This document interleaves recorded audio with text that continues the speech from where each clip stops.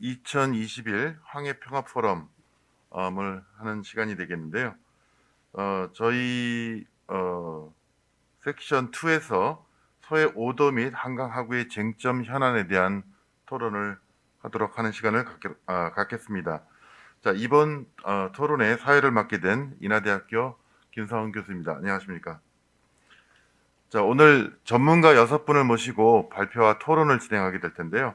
먼저 여기에 참여하신 전문가 6분을 소개하도록 하겠습니다.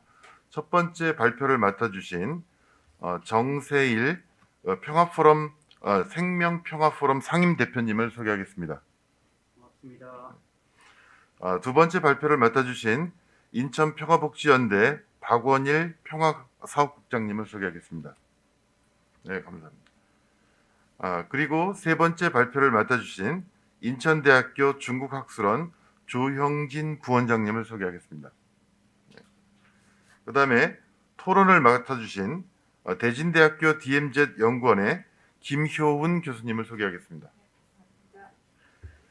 두 번째 토론을 맡아주신 인천대학교 통일통합연구원의 권기태 상임연구위원을 소개하겠습니다. 세 번째 토론을 맡아주신 전 중국 산동대학교 중안관계연구센터의 김국래 연구원을 소개하겠습니다. 네, 오늘 아까 말씀드린 서해 5도 및 한강 하구의 쟁점 현안과 관련해서 6분의 전문가를 모시고 토론을 시작하도록 할 텐데요.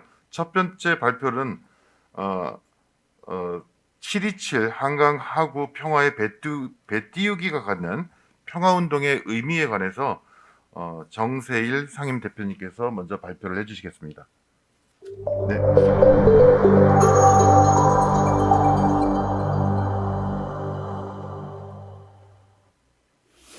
네, 방금 소개받은 정세일입니다. 반갑습니다.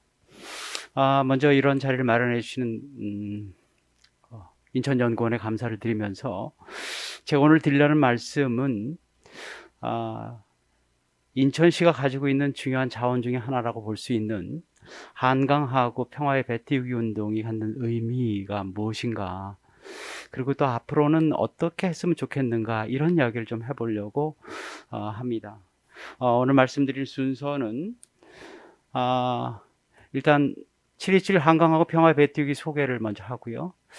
대체 한강하고는 어떻게 규정을 한 것이 맞는가, 그리고 한강하고 배 띄우기 행사의 동기 어떻게 시작됐는가, 한강하고 배 띄우기가 갖는 사업 성과는 무엇인가, 그리고 7.27 한강과 배 띄우기 사업의 성과는 결국 무엇이었고 향후 이 운동을 어떻게 해 나가야 되는가, 그리고 과제는 무엇인가, 이런 식으로 얘기를 할 텐데요.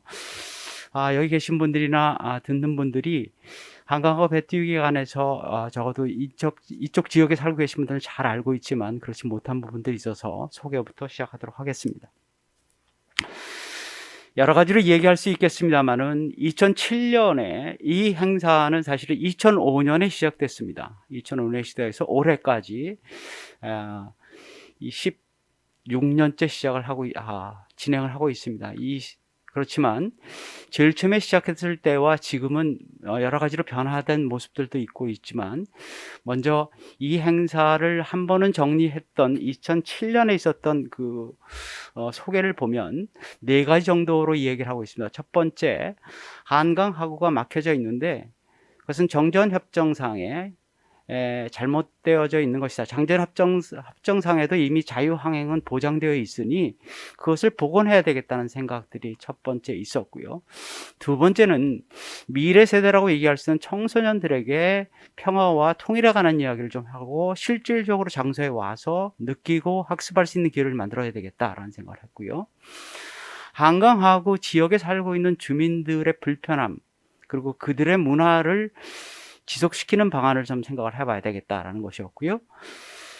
역시 동북아 전체의 평화를 이야기하는 데 있어서 이만큼 좋은 소재가 없다. 그래서 동북아 전체의 평화를 가져가는 데 있어서의 중요한 지점으로서의 한강하구를 이야기하자. 이렇게 그런 목적을 가지고 평화의 배 띄우기를 시작을 했다라고 말씀드릴 수가 있겠습니다. 한강하구를 그러면 우리가 대충 한강하고 그러면 생각하시는 것들이겠지만 두 가지로 나눠서 얘기할 수 있겠습니다. 지리적으로 따지면 한강과 임진강이 만나서 예성강과 함께 서해로 나오게 되는데 그 지역을 한강하구라고 볼 수가 있겠습니다. 그렇다면 법적으로 특히 정전협정문 1조 5항에 나와 있는 한강하고는 어떻게 규정하고 있는가? 한강과 임진강 합수부, 즉 지금 우리 행정구역사로 따르면 파주, 탄현면, 만울입니다. 그래서부터 쭉 강물이 내려와서 강화도 북부 수역을 거쳐서 예성강과 조강이 합류하는 그 합수부, 그리고 교동도 북부 수역을 지나서 북쪽 황해도의 굴당포에서 남쪽의 인천시 행정구역상에 있는 보름도를 직선으로, 남북으로 직선에 있는 선까지를 한강하구라고 규정하고 있습니다. 그래서 총 연장으로 따지면 약 70km, 면적으로도 280평방킬로미터 정도 됩니다. 그리고 법적으로 공유수역인 동시에 접경지역이라고 볼 수가 있지요. 그러면 우리가 머릿속에서 서해의 남북 경계선이 어떤가라는 질문을 따져보면 대충 이런 지도들을 떠올리고 있습니다. 이렇게 제가 보여드리고 싶은 것은 이렇게 남과 북을 서해는 NLL로, 그리고 강을 지나서 그 육지로는 소위 DMZ 휴전선이라고 부르는 것들로 그냥 연결시켜서 이렇게 선으로 연결시켜 놓은 상태에 있는데 이것들이 잘못된 표기다라는 것이지요. 정전협정문 제1조 5항은 여러분들이 아시다시피 한강하구 수역은 그 한쪽 강안에서 일방이 통제하고 있고 다른 한쪽이 강안의 다른 쪽을 통제하고 있는 곳은 쌍방이 민영성방의 경우 자유롭게 항행할 수 있다. 그리고 그 지도가 첨부되어 있다. 이렇게 되어 있습니다. 그래서 그 지도들을 보면 이런 지도들입니다. 거기 휴전협정문 1조 5항에 지도, 첨부된 지도라고 한 지도를 보면 이렇게 되어져 있는 것이죠. 뭐 잘 보이지 않습니다만은 이렇게 보시면 좀 더 보이실 텐데, 여기에 보면 공동이용, 한강하고 공동이용 수역이라고 표어져 있는 것들이요. 요 그림들을 좀 보면 지금 파랗게 그 되어져 있는 부분들이 한강하구라고 볼 수 있는 것이죠. 그래서 여기에는 사실은 어떤 선도 존재하지 않는 것이 맞다라고 보는 것입니다. 좀 더 명확하게 보시면 이렇게 보이는 것들이 한강하구다라고 말씀드릴 수가 있는 겁니다. 우리가 남북 접경 지역 그러면 보통 머릿속에 떠오르는 것은 DMZ를 중심으로 한 휴전선들이지요. 그리고 바다에 가면 NLL을 생각을 합니다. 우리가 사실 가운데 있는 한강하구라는 그 지역은 우리가 접경 지역을 얘기할 때 별로 떠올리지 않는 곳의 하나입니다. 그 성격을 보면 굉장히 다른 부분들이 존재합니다. 먼저 우리가 얘기하는, 크게 따졌을 때에 이게 잘 안 나오네요. 소위 그 육상에 있는 비무장지대라고 불리우는 곳에는 정전협정이 되어져 있어 비무장 완충지대이지요. 그리고 정확하게 휴전선이라고 얘기하지는 선이 존재합니다. 그래서 남쪽은 남쪽이 관할하고 북은 북쪽이 관할하도록 되어져 있습니다. 그런데 반해서 한강하구 수역은 정전협정문에 나와져 있지만 그 지역은 남쪽과 북쪽이 공동으로 관리하는 수역으로 되어져 있다는 것이 특별히 소위 DMZ, 육지에 있는 DMZ와 다른 부분이다라는 사실을 제가 강조하고 싶고 그 얘기를 좀 하고 싶은 겁니다. 그리고 말씀드렸던 바와 같이 서해 5도에 있는 NLL은 휴전협정문에 근거가 되지 않는 선이지요. 따라서 이 세 선, 즉 남과 북을 가르고 있는 휴전선, 비무장지대, 그리고 한강하구, 그리고 NLL은 정확히 따지면 다른 종류의 선일 뿐만 아니라 다른 성격의 선이라는 사실을 우리가 좀 더 생각을 해볼 필요가 있다. 이런 말씀을 좀 드리고 싶습니다. 그래서 사실 지도를 그린다면 이런 식의 그림이 맞다라고 말씀드리고 싶고요. 다시 한번 정전협정문 제1조 5항에 관한 얘기를 오늘 지속적으로 해야 되기 때문에 말씀을 좀 드리고자 합니다. 굵게 표현되어 있는 것처럼 쌍방의 민영성방의 항행의 일을 개방한다고 되어 있습니다. 한강하고는. 그래서 항행규칙은 군사정전위원회가 이를 규정한다라고 되어져 있고요. 자기직 군사 통제하에 있는 육지에 배를 대는 것이 가능하다라고 되어져 있습니다. 따라서 배가 운항을 하고 한강하고를 운항을 하고 자기 쪽 수역에는 배를 얼마든지 댈 수 있도록 되어져 있는 게 정전협정문 1조 5항에 나타난 규정이다라고 말씀드릴 수가 있겠습니다. 이것이 갖는 의미가 무엇인가 따져보면 휴전협정문을 서로 맺을 때도 한강의 역사와 문화의 중요성 그리고 한강 유역 주민들의 생활 방식들을 그대로 반영했다는 사실입니다. 전쟁이 나기 전 그리고 우리 민족이 같이 사는 동안에 한강은 그렇게 이용되어 있고 그렇게 사용되어 왔고 그렇게 살아왔다는 것이죠. 그리고 한강 유역이 자체가 갖는 경제적 중요성 그 비중이 무시하지 못할 정도로 굉장히 컸기 때문에 그렇게 나눌 수 없었다는 이야기고요. 아시다시피 비무장 수역이다.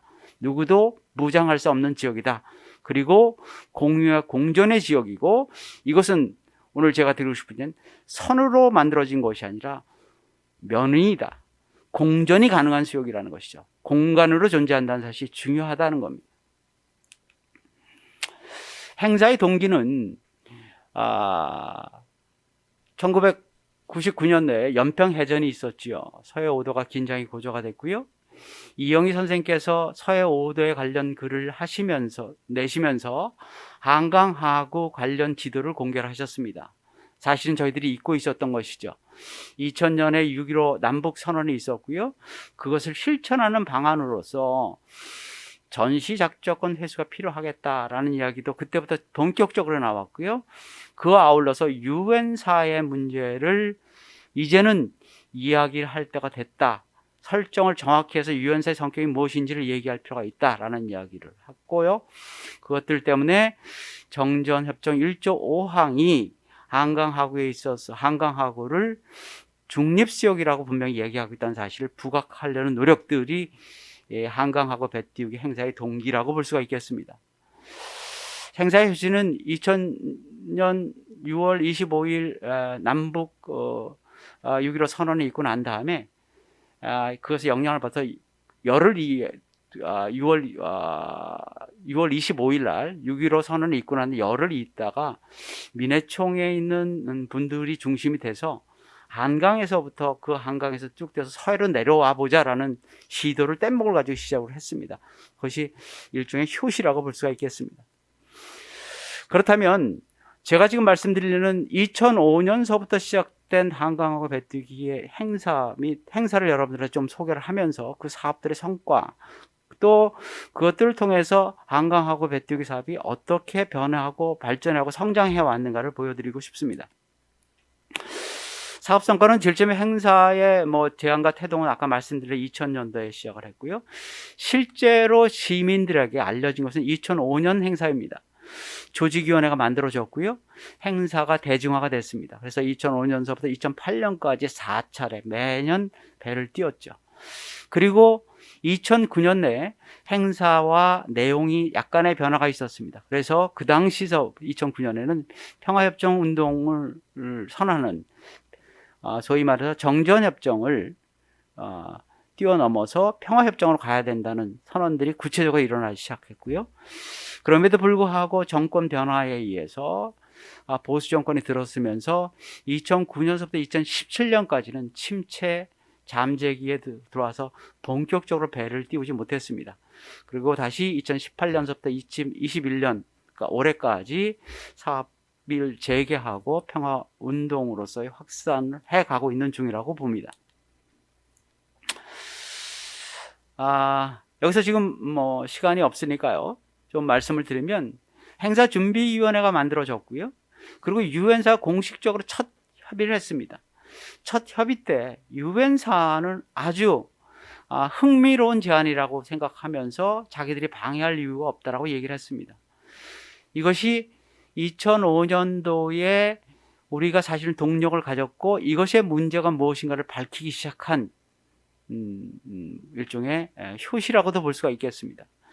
그래서 이 당시에는 지역과 부문을 포괄해서 전 지역에서 전 시민사회 운동단체들이 모두 모여서 한강하고 배 띄우기 시작을 했습니다. 그래서 2005년부터 2008년까지의 내용들을 보시면 실제로 배를 4차례 띄우는 가운데 한강 하구에 솔직히 말씀드리면 한 번도 접근 조치를 들어가지도 못했고요. 사실은 2005년대 유엔사와 그런 식의 얘기를 했습니다만은 국방부가 나서서 미 해병 2사단이 나서서 배를 안전상의 문제를 이유로 해서 북방 한계선 자체를 어로 한계선 자체를 넘지 못하게 했습니다.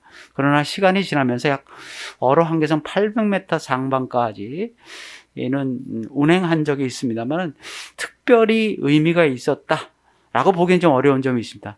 즉 우리가 한강하구를 진입하고 한강하구 자유항행을 요구한다는 입장에서 보면 특별한 의미는 어디까지 갔는가는 큰 의미는 없지 않았나 싶습니다. 그걸 통해서 보시다시피 2005년, 2006년, 2007년, 2018년에는 새로운 행사들, 즉 청소년들이 함께하는 행사들, 부속 행사들을 만들어졌는데 그것에 대한 호응들이 굉장히 컸고 그것으로부터 자라난 청소년들이 이제 어른이 돼서 같이 하고 있다는 사실들을 제가 강조하고 싶습니다. 2009년 7.27 한강과 배 띄우기 행사는 실제로 배를 띄우지 못했습니다. 그러나 먼저 일단은 대중들에게 좀 더 널리 알리기 위한 행사로서 사진전들을 진행을 했고요.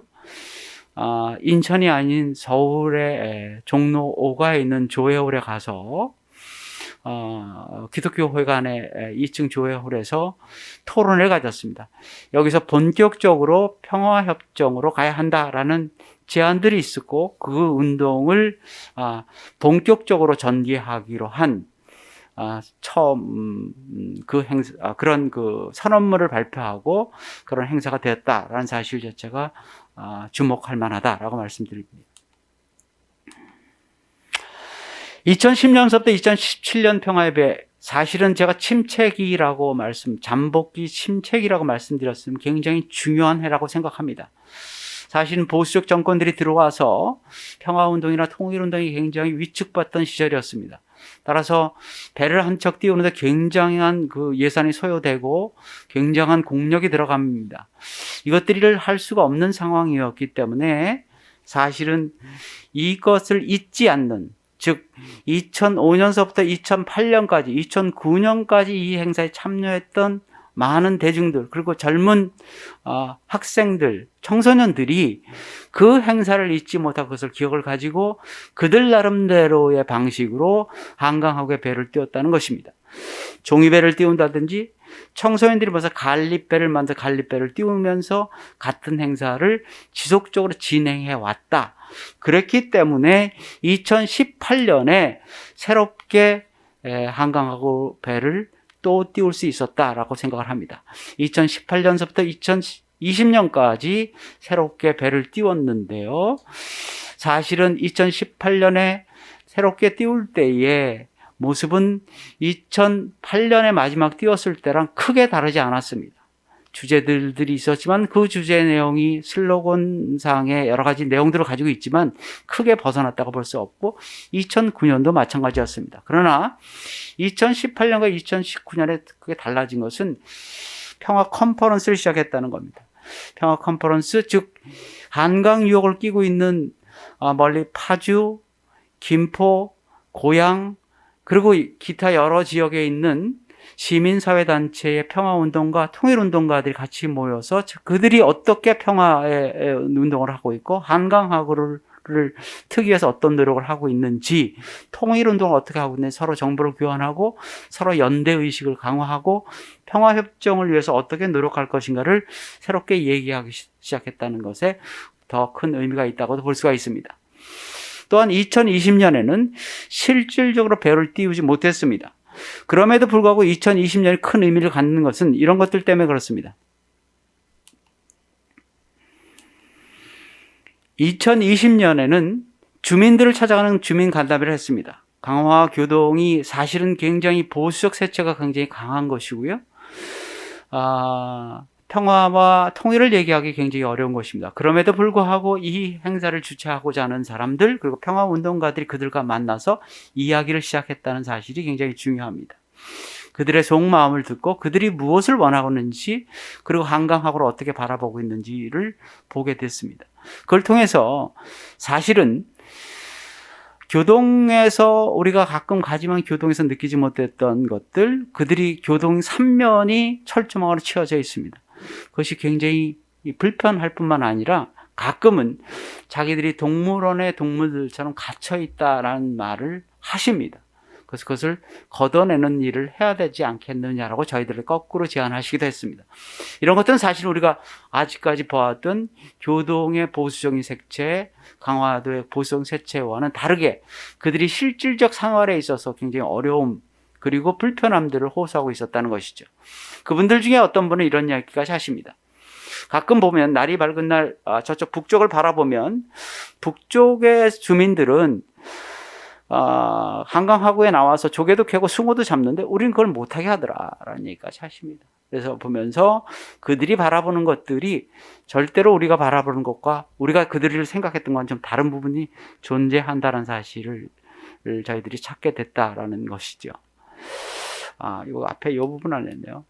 2020년에 사실은 국회에서 토론을 했습니다. 제일 처음에 이것을 제안했던 이시우 선생님을 모시고, 그리고 김종대 의원, 그리고 해양수산부의 대표자, 통일부의 대표자를 모시고 토론을 했습니다. 그러니까 이구동성으로 했던 얘기는 평화협정의 필요성에 관한 이야기를 직접적이나 간접적으로 이야기를 했고, 한강하구를 조금 더 적극적으로 활용할 필요가 있다라는 말씀들을 하셨다라는 말씀을 좀 첨언해 드립니다. 여기 보시는 배, 사실은 그때 이거 강화문입니다.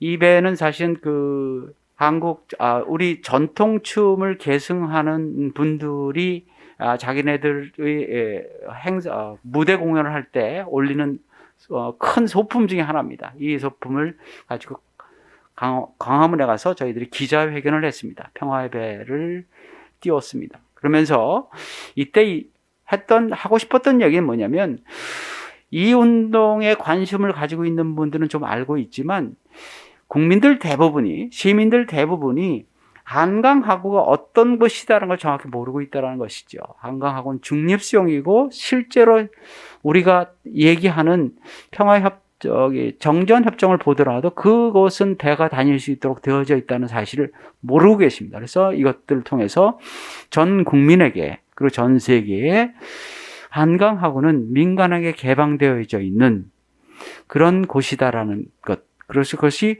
불합리하게 유엔 사회에서 막혀져 있다는 사실을 저희들이 전 세계 전 국민들에게 알리고 싶어서 광화문에 이 배를 끌고 올라가서 기자회견을 하고 퍼포먼스를 했습니다. 나름대로 운동의 성과라고 말씀드리면 금지된 구역이라고 알고 있었던 한강하구의 존재를 시민들에게 알렸습니다. 철조망으로 가르쳐 있어서 대한민국 국민들이 임지가 간다든지 판문점을 갈 때 바라보는 그 한강은 가로막혀져 있는데 사실은 그 자체가 휴전협정에 어긋난다는 사실을 이야기하고 싶었고요. 그리고 그걸 통해서 유엔사에 대한 문제의식을 대중화하는 데 기여를 했다고 봅니다. 정전협정을 평화협정으로 전환할 필요가 있다는 사실들을 저희가 운동으로 해왔고요. 그리고 한강하구의 문화와 역사를 좀 복원할 필요가 있다는 이야기를 좀 더 강력하게 이야기를 해왔다라는 말씀을 드립니다. 적경 주민들의 인식 전환을, 그리고 그들의 실질적인 생각들을 들을 수 있는 기회를 가졌고 그들에게 부여했다라고 생각을 합니다. 그리고 나름대로의 시민사회운동의 지속성을 좀 확보했다고 봅니다. 지역 대표적 평화운동으로 일단 자리매김했다고 봅니다. 한강하구의 평화배뛰기 조직위원회를 상설화 해야 된다라는 이야기를 하기 시작했고요. 이것을 통해서 사실은 어제, 그제, 그리고 오늘도 김포시가 그리고 인천시가 망향의 혹은 평화의 물길을 여는 염화수로 항행, 이것은 뭐 김포시가 진행하고 있는 것이고요. 인천시와 통일부가 망향의 배를 띄우고 있습니다. 저희들이 하는 행사라 거의 비슷한 행사, 같은 항행 코스를 달리는 행사를 하고 있다라는 얘기를 드리면서 이것들이 조금씩은 대중화되고 있고, 다른 지역에서도 그리고 관에서도 통일부에서도 관심을 갖기 시작했다라는 말씀을 좀 드리고 싶습니다. 마무리를 하려고 합니다. 잘 아시는 상황이지만 다시 한번 보자면 정전협정상의 비무장 공유 수역이고요.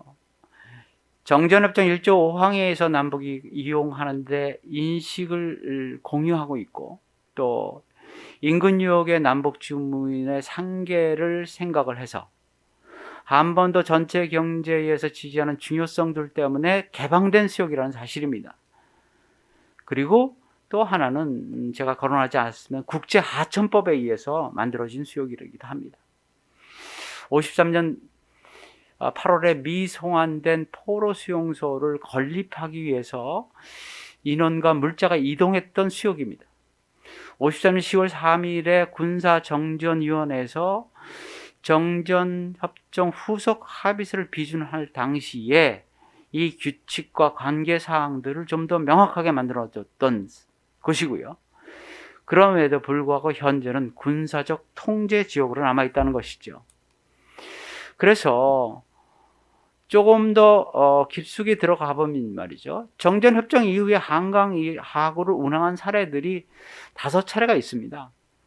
자유로 건설을 위해서 골재 채취를 위해서 골재 운반선을 나를 때 진입하고 드나들었던 사례가 있습니다. 1990년 12월 때부터 91년 11월 때까지 약 1년간 드나들었습니다. 한강 하구를 공유하던 표류하던 황소과학이 여러분 유도에 있었죠. 97년에 그 황소를 구하기 위해서 배가 들어갔던 적이 있고요. 염소를 회수하기 위해서 99년에 들어갔던 경험이 있고요. 좌초된 준설선을 끄집어내기 위해서 99년 8월 달에 들어갔던 경험이 있습니다. 거북선을 이동시키기 위해서 한강하구를 이용해서 2005년에 이용됐던 바가 있습니다.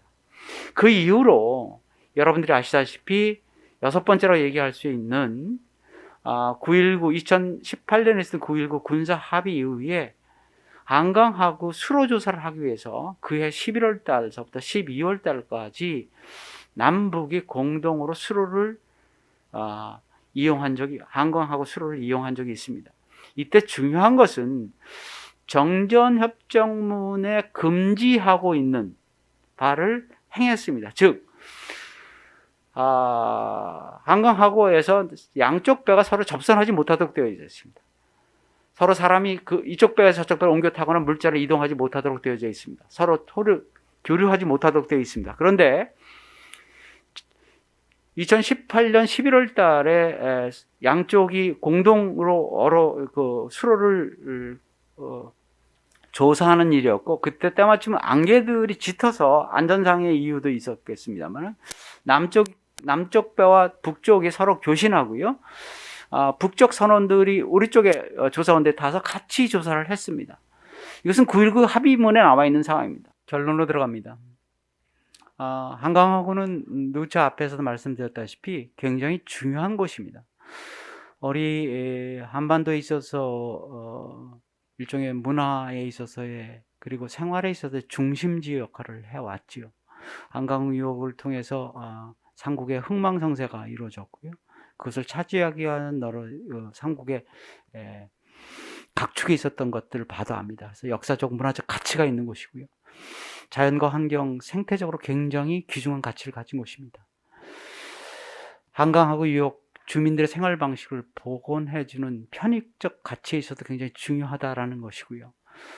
서두에서 말씀드렸다면 한강하구 휴전협정문에 정전협정문에 나와져 있는 선이 아닌 면으로, 즉 면은 공간을 의미하죠. 공간으로서 존재한다는 사실이 우리한테 기회가 된다는 것입니다. 따라서 경계는 보통 우리가 인식할 때에 선으로 이루어져 있습니다. 이 선을 중심으로 이쪽은 너고 이쪽은 나다. 이 선을 중심으로 북은 북측이고 이 선을 중심으로 남측이다라고 얘기를 하고 있는데, 이것은 그렇지 않아.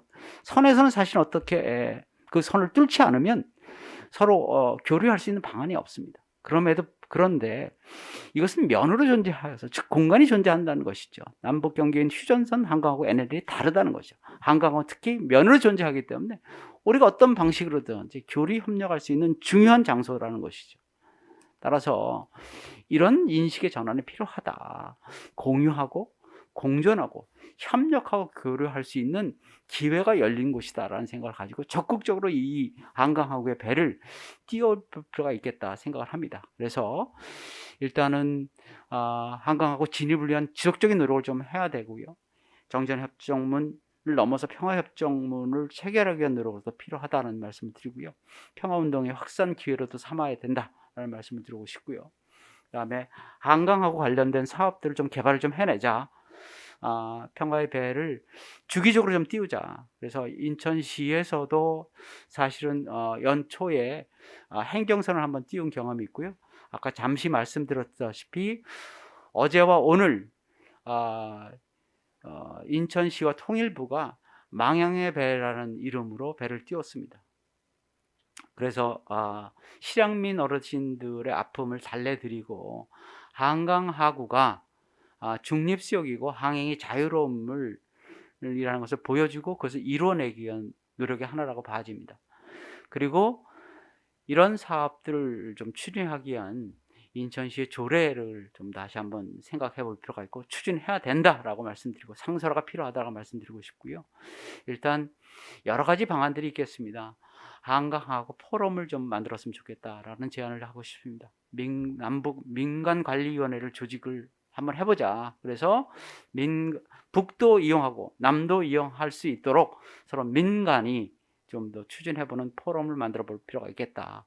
그리고 한강하구에 대한 제가 뭐 15년 동안 해왔습니다만은 한강하구에 대한 연구자들이 별로 많지 않습니다. 그래서 이 부분에 대한 연구를 좀 더 다각적으로 남북 교류라든지 생태라든지 습지, 문화, 역사 등에 대한 지원을 좀 해서 한강하구에 대한 관심을, 그리고 또 연구를, 그리고 평화가 이루어졌을 때 어떻게 이용할 것인지에 관한 것들을 좀 더 구체적으로 좀 더 이야기할 필요가 있겠다라는 생각을 하고 있습니다. 그래서 이걸 평화를 주제로 한 세미나라든지 토론회를 지속적으로 개최해보자라는 것이 제가 오늘 여러분들께 하고 싶은 제안입니다. 자료들 뒤쪽 부분에 나와 있는 자료들은 참고해 주시기 바랍니다. 제 얘기 오랫동안 잘 들어주셔서 고맙습니다. 감사합니다. 네, 수고하셨습니다. 긴 시간 동안 말씀하신 내용의 주된 내용을 보면 정전협정에서 평화협정으로 전환해야 되겠다라는 말씀을 강조해 주셨고요. 그러기 위해서라도 한강하구의 배 띄우기는 단순히 그냥 배를 띄우는 것이 아니라 선을 넘어서 면으로 이동하고 또 그 선이 공간으로서 확장돼서 그 같이 공유수역에서 민간이 같이 통행할 수 있는 그런 기회를 확보했으면 하는 그런 바람을 말씀해 주셨습니다. 자, 토론에 발표에 이어서 두 번째 발표, 세 번째 발표를 계속 이어서 진행을 하고요. 그리고 나서 토론 시간을 종합적으로 갖도록 하겠습니다. 두 번째 발표를 맡아주실 분은 서해 5도 평화 정착을 위한 과제 모색이라는 주제를 가지고 인천 평화복지연대의 박원일 평화사업국장님께서 발표를 해주시겠습니다. 자, 부탁드립니다. 박원일 국장님. 네, 안녕하세요. 인천 평화복지연대 박원일입니다. 네, 저는 그 인천이 품고 있는 접경 지역인 서해에 대한 서해 평화 활동을 좀 하고 있고요. 그 서해 접경 지역 평화 정착을 위한 과제에 대해서 발표를 하도록 하겠습니다. 이 사진은 백령도 두무진에서 그 철책 너머로 보이는 북의 장상곶 사진인데요. 이것이 서해 5도 그리고 서해 접경 지역을 그 여실히 드러내는 사진이 아닐까 생각을 하고요. 이 발표를 위해서 서해 접경지역 주민들의 삶, 그리고 서해 평화에 대해서 이야기를 하도록 하겠습니다. 서해 5도, 서해 접경지역을 우리나라 국민들에게 그리고 전 세계적으로 가장 크게 이름을 알렸던 사건이 2010년 11월 23일 연평도 포격 사건이라고 생각을 합니다. 우리에게도 큰 충격이었고 전 세계적으로도 큰 충격이었는데요. 한국전쟁 이후에 처음으로 민간인 지역에 포탄이 떨어졌던 어마어마한 사건이었고, 이 사건을 통해서 연평도 주민들이 피난으로 오는 이러한 사건이 있었습니다. 이것 또한 서해 접경수역을 나타내는 상징적인 사건이고요. 아쉽게도 서해 접경수역은 한반도의 화약고라고 불리고 있습니다.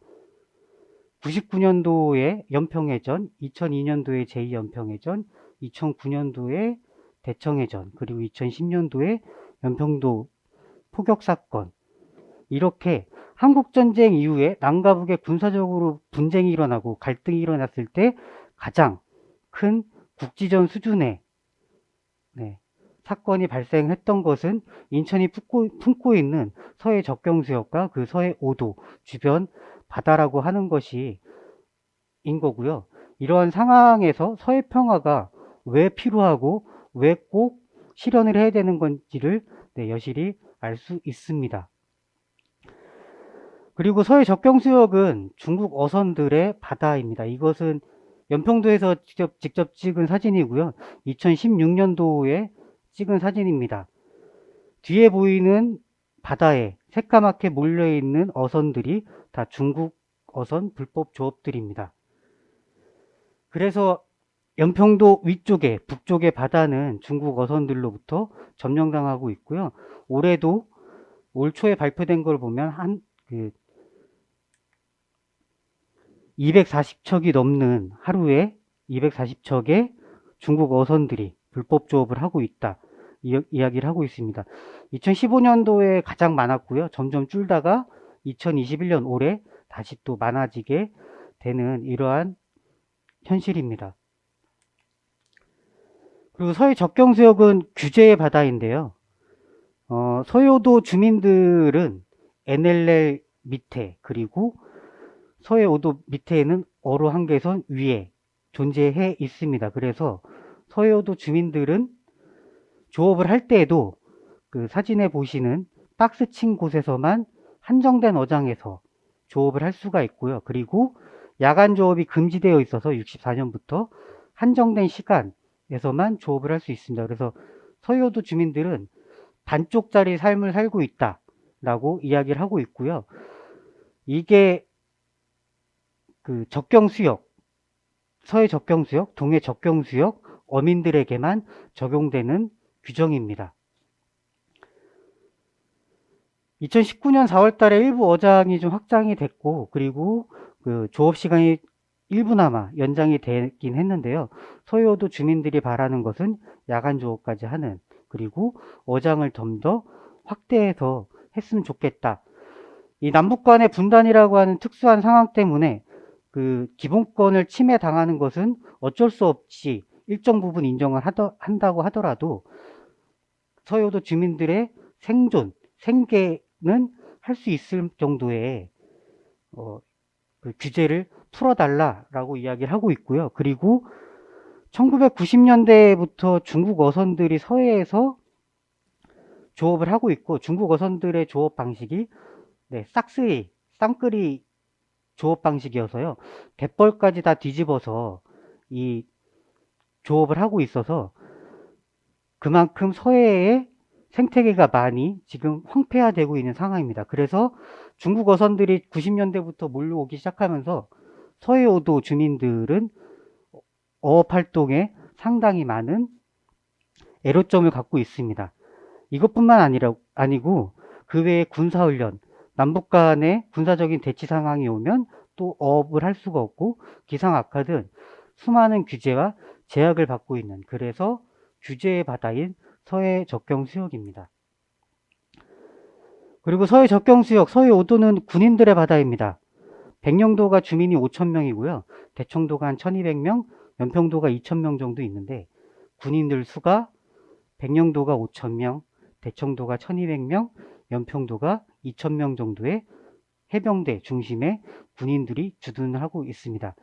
자, 우리가 살고 있는 마을에 절반은 주민이고 절반은 군부대다 라고 하면 그 주민들의 삶의 질은 어떨까요? 네, 충분히 상상해 볼 수 있을 것 같습니다. 그래서 이 군인들의 바다인 이것을 하루빨리 평화가 실현돼서 네, 해결이 됐으면 좋겠다라고 하는 거고요. 그래서 서해오도 주민들은요, 서해 적평지역에 살고 있는 주민들은 삼중고를 겪고 있습니다. 연평도 포격과 같은 군사적인 위협 때문에 생명의 위협을 받고 있고요. 그리고 중국어선 조업 때문에 생계의 위협을 받고 있고요. 그리고 야간 운항도 되지 않고 인천에서 100km, 200km 멀리 떨어진 섬에 있다 보니까 외부와의 고립되어서 생활에 어려움을 겪고 있는 이러한 삼중고의 서해오도 주민들은 살고 있습니다. 그런데 평화의 바다에 대한 희망이 2018년 판문점 선언으로 인해서 만들어졌습니다. 그리고 9.19 군사합의를 통해서 이제 서해 적경지역에 분쟁의 바다가 아닌 평화의 바다가 될 거다라고 하는 희망을 품었습니다. 그래서 서해오도 주민들은요, 이 사진은 황금의 팥이 연평도라고 하는 1957년도에 사진 찍은 거고요. 백령도와 대청도 사이의 바다는 황금어장이라고 불립니다. 임진강, 예성강, 한강에서 나오는 영양물이 서해 적경지역에 골고루 퍼져서요, 수많은 어족 자원이 존재하고, 그리고 조기, 우리가 얘기하는 조기가 어마어마하게 잡혔던, 그래서 연평도의 어업조합 일일 돈의 흐름이 일제시대 때 일제은행보다 하루 현금 흐름보다 더 많았던 그러한 황금어장을 품고 있던 서해 적경지역인데요. 이게 한국전쟁 이후에, 정전협정 이후에는 백령도와 연평도 사이의 바다를 남과 북 어민들은 갈 수 없고 지금은 중국 어선들만 조업을 하는 그러한 바다로 되어 있는데, 이제 다시 남과 북의 어민들이 황금어장에 출입할 수 있겠다라고 하는 희망을 품었습니다. 하지만 2021년 지금도 여전히나 서해 적경지역은 분쟁의 바다가 되고 있습니다. 작년에 창린도에 신형 방사포를 배치를 하는 것이 여전히나 분쟁의 바다라고 하는 것을 드러내는 사건이고요. 여전히나 NLL을 중심으로 남과 북은 군사적인 갈등과 대치를 하고 있는 분쟁의 바다입니다. 자, 판문점 선언과 9.19 군사 합의로 인해서 서해 평화가 실현될 거다. 남과 북이 정상들이 합의를 했고 약속을 했기 때문에 서해 평화는 실현될 거다라고 이렇게 철석같이 믿었는데요. 지금은 서해 평화는 어디에도 찾아볼 수가 없습니다. 2019년 8월 달에 어선안전조업법이 제정이 됐고요. 2022년 8월 달에 시행이 됐는데, 여기에 어선안전조업법의 문제는 서해 적경수역 어장, 서해오도 어장을 군 부대장이 통제하고 위반 행위에 형사처벌까지 할 수 있는 조항이 삽입이 됐습니다. 이 어선안전조업법이 제정이 될 때 어떠한 간담회에도 서해오도 주민들은 참여하지 않은 상태에서 조업법이 제정이 됐고요. 이것은 서해 적경수역의 평화를 만들자는 것이 아니라 서해 적경수역의 군사적인 통제를 강화하는 일환으로 어선안전조업법이 만들어졌다라고 하는 겁니다. 국회 토론을 했었는데 한필훈 변호사가 헌법상 과잉금지, 재형법정주의, 포괄이익금지, 명확성 원칙에 위반되는 의혹이 있는 어선안전조업법이라고 이야기를 했을 정도입니다. 이 어선안전조업법이 제정이 된 이유 중에 하나가요, 서북도서 선박 운항 규정이 있습니다. 서북도서를 입출항하는 모든 선박들을 해군 제2함대 사령부가 통제를 하는데, 이 규정에 모법이 없습니다. 이 모법이 없어서 서해오도 주민들이 왜 해경이 입출항을 통제하지 않고 왜 해군이 하냐, 모법도 없는 규정을 가지고 이렇게 계속 꾸준하게 항의를 하니까 어선안전조업법으로 인해서 서북도 선박운항 규정이 더 명확히 됐습니다.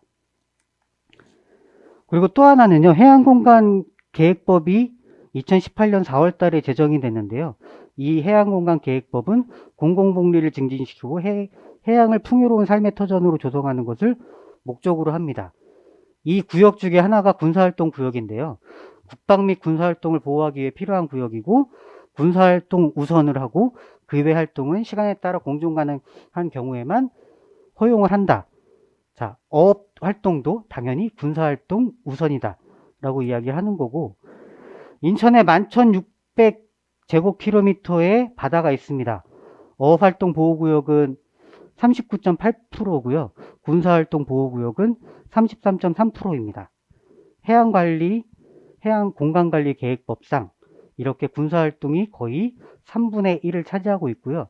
이것도 당초 42%에서 어민들의 반발로 이번에 축소돼서 발표가 되었습니다. 지금 보시는 표가 군사활동 구역이고요. 서해 접경지역 대부분이 다 군사활동 구역으로 묶여 있고, 서해오도 어민들이 조업할 수 있는 어장도 군사활동 구역에 다 묶여 있는 것을 볼 수가 있습니다. 자, 판문점 선언 이후 군사합의 이후에 서해 평화가 올 거라고 희망을 가졌는데, 어선안전조업법, 해양공간관리계획법, 서해 평화는 어디에도 찾아볼 수가 없는 것이 지금 서해 접경지역의 현실이고요. 그래서 서해오도 주민들은 우리도 대한민국의 국민이다. 이러한 우리가 아무리 특수한 경우라도 수많은 규제로 기본권을 침해받고 있는 것을 제발 좀 완화해 달라라고 국회로, 정부로 해상 시위도 하고요. 중국어선 납포를 2번이나 했고, 수많은 기자회견과 토론회와 간담회, 협약식을 했지만 여전히 서해오도 주민들의 기본권은 침해받고 있는 상황입니다. 자, 이제 접경지역 주민들의 눈물을 닦아줘야 한다고 생각을 하고요. 더 이상의 희망 고문은 중단해야 된다고 생각을 합니다. 그래서 서해 접경지역 평화정착을 위한 과제를 제안을 하는데요. 서해 접경지역 평화조성과 정착을 위한 제도가 있어야 합니다. 접경지역 평화정착을 위한 법과 조례가 필요합니다. 그리고 기존에 있는 법도 어선안전조업법이라던가 해양공간관리법도 개정을 해야 한다고 생각을 하고요. 그리고 서해 접경지역의 평화를 실현할 수 있는 법이 지금 하나도 없습니다. 판문점 선언 이후에 서해평화라고 하는 것을 남북 정상 간에 합의를 했지만 국내적으로 이 서해평화를 어떻게 실현할 건가에 대한 법이 없고요. 서해오도 지원특별법은 연평도 포격 이후에 더 이상 연평도에서 서해오도에서 못 살겠다라고 하는 서해오도 주민들이 다시 서해오도에 살게 하기 위해서 정주권을 보장해주는 이 개선하기 위한 법이 서해오도 특별지원법이고요. 그리고 접경지역 지원특별법은 분단이라고 하는 특수한 상황 속에서 접경지역이 개발이 되지 않고 있기 때문에 균형적 발전을 위해서 특별법을 만들어서 지원을 해줍니다. 이 두 가지 법도 서해 접경지역의 평화 정착을 실현하기 위한 법이 아닙니다. 그래서 정부는 서해오도 평화 정착을 위한 법을 만들고 인천시는 서해 평화 실현을 위한 조례를 제정을 해야 할 것을 제안을 합니다. 그리고 서해 평화 총괄 컨트롤 타워를 설치를 해야 되는데요. 이 서해 평화에 관한 부분이 국방부, 외교부, 행안부, 해수부, 통일부 각 부처에 분산되어 있습니다. 그리고 특히 국방부에 서해 접경지역에 대한 거의 대부분의 권한이 국방부에 가 있습니다. 저는 개인적으로 이 컨트롤 타워를 만들어서 국방부의 권한을 좀 가져와야 되지 않을까라고 생각을 하고요. 송영길 의원이 서해평화협력청 설치하기 위한 법을 정부 조직 개정안을 20대, 21대 국회에서 발의를 했는데 여전히나 그냥 계류되어 있는 상황입니다. 이것은 정부와 국회의 의지가 필요하다고 생각을 합니다. 그리고 서해 남북 해양수단 협력을 위한 기반을 조성인데요. 평화는 그냥 오진 않고요. 꾸준하게 교류와 협력을 통해 대화를 통해서 올 수밖에 없는데 서해에서 남북 교류 협력은 맨 처음에 해양수산 협력이라고 생각을 합니다. 그리고 판문점 선언 때 공동어로 구역과 서해 평화 수역이라고 하는 것을 합의를 했는데 아까 말씀드렸다시피 백령도와 연평도 사이의 바다는 남과 북이 한 번도 가보지 못하는 바다입니다. 중국 어선들만 조업을 하고 있고요. 그래서 공동어로 구역을 만든다고 했을 때 그 바다에 뭐가 있는지 아무도 모릅니다. 그래서 남과 북이 공동으로 해양 자원과 생태계 조사를 할 필요가 있고요. 그리고 옹진반도 서해 적경수역은 황해 냉수대가 흘러서 해조류 양식, 다시마, 김과 같은 해조류 양식의 최적지입니다. 그리고 북도 옹진반도 일대에 해조류 양식을 엄청나게 하고 있고요. 서해오도 백령도에서도 해조류 양식을 많이 하고 있습니다. 그래서 남과 북이 협력을 해서 해조류 양식에 대한 공동 학술 조사를 실시하는 것으로 남북의 해상 교류를 시작하자라고 제안을 좀 드리도록 하겠습니다. 또 하나는 서해 접경 지역의 안보 규제 강화인데요. 제가 말씀드렸다시피 서해 평화를 실현하자고 이야기하고 있지만 여전히나 안보 규제, 군사적인 통제를 강화하고 있는 이런 현실 속에서 선박 항행 제한 조치를 완화를 해달라. 야간 항행이 전혀 되지 않고 있습니다. 그러므로 인해서 이 서해오도 평화운동본부의 공동대표 중에 한 분은 부친상이 있음에도 불구하고 인천에서 백령도로 들어가지 못해서 부친상조차 치르지 못했던 그런 아픈 역사가 있는데요. 서해 평화를 만들자라고 남과 북이 합의한 이상 안보 규제, 선박 항행 제한을 풀어주십사 좀 요청을 좀 드리고, 그리고 서해 적경수역 조업구역의 확장과 조업 제한을 완화해달라. 한정된 어장, 한정된 시간에만 조업을 할 수가 있는데요.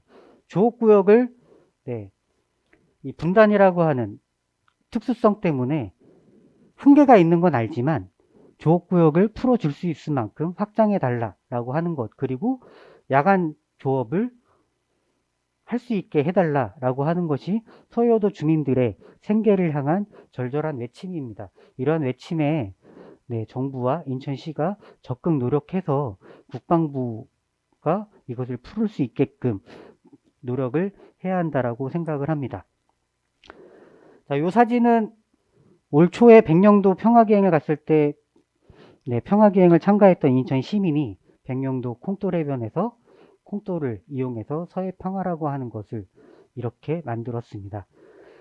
인천 시민들 그리고 서해오도 주민들이 바라는 서해 평화가 하루라도 빨리 실현될 수 있게끔 정부와 그리고 인천시가 의지를 갖고 단순히 남북관계, 북미관계를 핑계대는 것이 아니라 정부와 인천시가 할 수 있는 노력들을 지금부터라도 할 수 있게끔 다시 한번 요청드리면서 발표를 마치도록 하겠습니다. 감사합니다. 네, 감사합니다. 수고하셨습니다. 서해 5도 주민들의 애로사항을 생명, 생계, 생활이라는 세 개의 키워드로 정리를 해주셨고, 또 이를 극복하기 위해서 그리고 또 평화정책을 위한 모색의 한 방편으로 조례지정, 총괄 관리기구라든가 생태계 자원조사, 안보 규제 완화 이런 것들이 필요하다는 말씀을 강조해 주셨습니다. 수고하셨습니다. 자, 세 번째 발표로 계속 이어지겠는데요.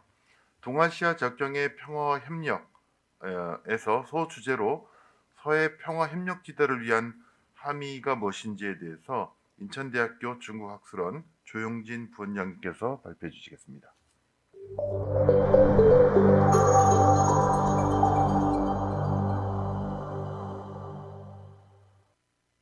예, 인천대 중국학술원 조영진입니다. 예, 앞서 정세일 선생님, 그리고 방인일 선생님께서 한강하고 서해 5도 등에서 좀 말씀을 많이 하셨습니다. 지금 서해 평화협력지대의 주요한 지역이기 때문에 저는 아주 짧게, 가능하면 짧게 발표를 마치도록 하겠습니다. 일단 뭐 앞서도 이제 언급이 좀 나왔지만 2007년도 남북 정상회담을 하면서 14 남북 공동선언에서 앞서 이 그 서해 5도 그리고 한강 하구가 포함된 서해 평화 협력지대에 대한 합의가 이루어졌었습니다. 하지만 이후에 남북 관계의 부침 속에서 서해 평화 협력지대가 애초에 구상이 제대로 실현되지 못하고 있다가 2018년도 다시 남북 정상회담이 이루어지면서 판문점 선언과 평양 공동선언에서 2007년에 나왔던 내용이 반복되었습니다. 사실 이게 반복되었다는 것은 결국 2007년 이후에 몇 가지 진전되었던 사항이 다시 그 중간 시기에 후퇴해 버렸고 이걸 이제 다시 또 시작해야 되는 상황이 됐다는 것입니다. 이처럼 사실상 남북 관계가 전반적으로 모두 그렇지만 서해평화협력지대에도 한국의 정권 교체 그리고 국제적인 정세 변동에 따라서 지속성이나 일관성을 유지하지 못했습니다. 이러한 국제 정세에 종속되어서 실질적인 진전을 이루지 못했고 이 과정 속에서 어떻게 이제 다시 서해평화협력지대를 진전시키느냐 그리고 인천시가 어떤 역할을 해야 되느냐가 이제 과제로 제출되고 있습니다. 본 발표와 관련해서 약간의 배경 설명을 드리자면 현재 이제 인천대 중국학술원의 연구진 그리고 다른 이제 남북 관계 그리고 동아시아의 전문가들과 함께 현재 동아시아 접경과 서해평화 협력지대를 주제로 인천시 남북거리 협력 담당관실에서 발주한 연구 용역을 진행하고 있습니다. 그래서 제가 오늘 발표 드리는 것은 이 연구 영역의 연구 내용에 대해서 좀 소개를 드리는 거라고 이해를 하시면 될 것 같습니다. 이 연구 영역의 내용은 사실은 오늘 오늘 발표할 내용 그리고 방금 말씀드린 연구 용역의 제목에 그대로 드러납니다. 즉 방금 말씀드렸듯이 성합해 협력지대가 여러 가지 진전을 못 이루고 있다. 그런데 이걸 어떻게 해야 되느냐? 그래서 다양한 대안들 그리고 다양한 계획들이 제출되고 있는데 우리가 단순하게 이 한반도에 국한하지 말고 동아시아의 여러 지역 그리고 동아시아를 나가서 세계 여러 지역에 대해서 사례를 한번 살펴보고 뭐 거기에는 성공도 있고 실패도 있지만 이를 통해서 좀 더 우리가 서해 평화 협력지대를 풍부하게 할 수 있고 앞으로 만약 남북 관계가 좀 개선되고 뭐 북한에 대한 제재가 조금 완화가 된다면 먼저 준비해서 제대로 서해 평화 협력지대를 나아가게 할 수 있지 않을까 이런 구상 속에서 지금 이 연구와 용역을 진행을 하고 있습니다. 자, 그래서 이제 이러한 이 서해평화 협력지대를 위해서 동아시아 접경지대를 본다고 좀 이해를 하시면 될 것 같고 그래서 이 동아시아에 있는 여러 가지 접경지대를 좀 살펴보고 있습니다. 그래서 뭐 당장 한반도를 기준으로 보자면 북쪽에 이제 북중 접경이 있고 또 한 가지는 이제 우리도 사실은 이제 이 부분은 우리가 이제 인식을 못하지만 중국 쪽으로는 또 바다를 끼고 이제 일종의 접경 지역이 형성이 돼 있습니다. 또 한 가지 오늘 설명드릴 내용은 이제 우리가 흔히 뭐 금문 고량주 이런 걸로 이제 뭐 알려져 있지만 대만 타이완과 중국 사이에 금문도죠 진몬다오가 접경이 있습니다. 그리고 또 한 가지는 홍콩 선절이 이미 이제 홍콩이 중국에 이제 뭐 이미 완벽하게 통합이 된 상태로 나아가고 있기 때문에 정확하게 접경이라고 할 수 없지만 과거의 다른 체제 속 그리고 여전히 같은 국가이지만 약간의 상이한 체제 속에서 어떻게 통합시키는 문제가 대두되고 있습니다. 이런 여러 가지 접경지대를 통해서 우리가 서해평화협력지대에 대한 함의를 찾아보려는 것입니다. 그래서 굳이 이제 가설적이지만 유형화를 하자면 우리가 이제 익숙한 북중 접경, 두만강, 압록강 등으로 아니면 북중 접경 같은 경우에는 이 북한과 중국이라는 국가 단위에서 이제 주로 뭐 협력이라든지 이런 것들이 이루어졌습니다. 당연하게도 양 국가가 모두 사회주의를 표방하는 어떻게 보면 권위주의 국가이기 때문에 우리가 이러한 이제 뭐 평화운동이든지 접경운동과 관련해서 접할 수 있는 시민단체라든가 이런 것들이 없습니다. 그렇다 보니까 국가가 주체로 나설 수밖에 없고 이 과정에서 주요하게는 공식적인 제도, 그다음에 협정, 뭐 합의 이런 것들이 이제 주요하게 다루어졌습니다.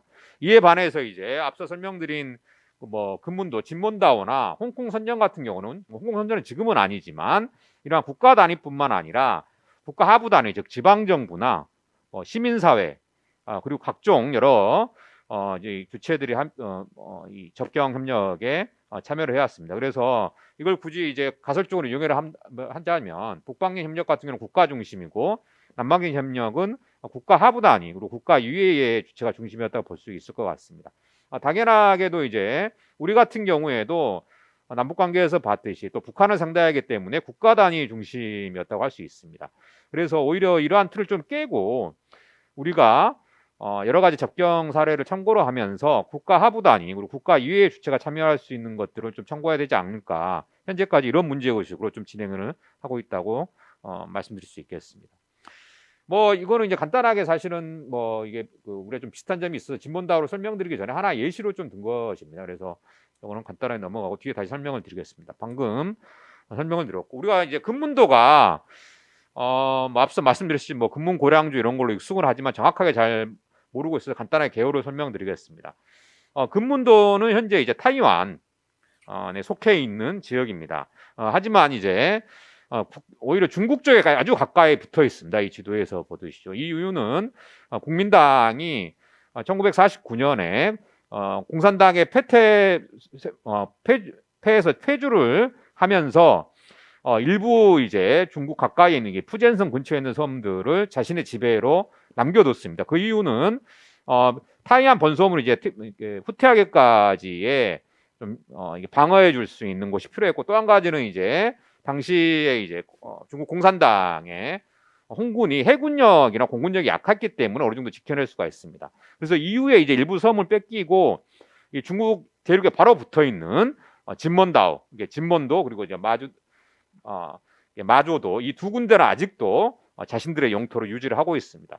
진먼도도 이제 그러한 섬들 중에 하나고 아래에 이제 지금 지도에서 보시듯이 중국의 샤먼과 이게 타이완의 진먼다오는 이제 10km 정도밖에 떨어져 있지 않습니다. 우리 이제 백령도가 현재 이제 북한의 영토인 황해도와 가까이 붙어 있고 인천의 오히려 먼 곳과 같은 형태와 비슷하다고 할 수 있겠습니다. 자, 그래서 이런 상황이다 보니까 당연하게도 우리 이제 백령도가 앞서도 이제 발표하신 선생님들의 얘기 속에서도 나왔지만 군사화되고 요새화된 것처럼 진본다오도 이 냉전 시기에 철저하게 군사화 요새화되었습니다.